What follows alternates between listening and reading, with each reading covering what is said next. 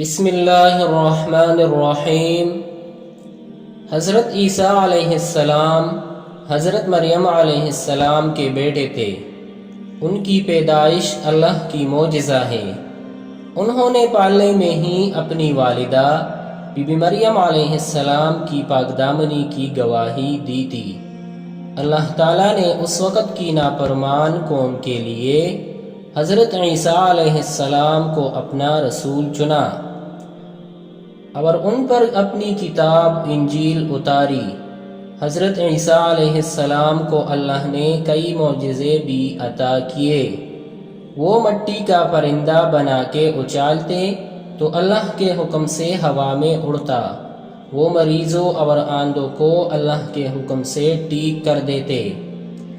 حضرت عیسیٰ علیہ السلام اپنی تعلیمات میں سچائی، انصاف اور رحم کی تلقین کرتے۔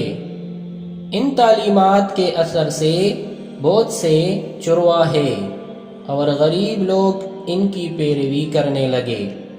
بنی اسرائیل کے مذہبی رہنما دھوکے باز تھے، اس لیے وہ ان کے دشمن بن گئے تھے، کیونکہ وہ جانتے تھے کہ لوگ جھوٹ بول کر رومی حکمران کو ان کے خلاف اتنا بھڑکایا کہ اس نے حضرت عیسیٰ علیہ السلام کو گرفتار کرنے کا حکم دے دیا۔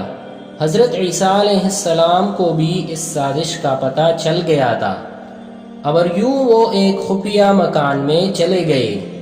ایک غدار نے چند سکوں کے لالچ میں حضرت عیسیٰ علیہ السلام کے مکان کی مخبری دشمنوں سے کر دی۔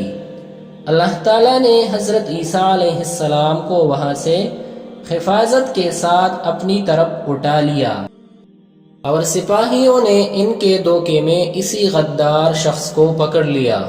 وہ آدمی شور مچاتا رہا کہ میں عیسیٰ علیہ السلام نہیں ہوں، لیکن سپاہی یہی سمجھتے کہ ڈر سے جھوٹ بول رہا ہے۔ وہ سپاہی اس آدمی کو سزا کے میدان میں لے گئے اور اسے صلیب پر چڑھا دیا۔ ادھر حضرت عیسیٰ علیہ السلام اللہ کی پناہ میں زندہ سلامت اور محفوظ تھے۔ حضرت عیسیٰ علیہ السلام کی زبان کا نام ارامی زبان تھا، اس لیے اللہ تعالیٰ نے ان پر اسی زبان میں انجیل اتاری۔ یہ زبان آج دنیا میں کسی ملک میں نہیں بولی جاتی۔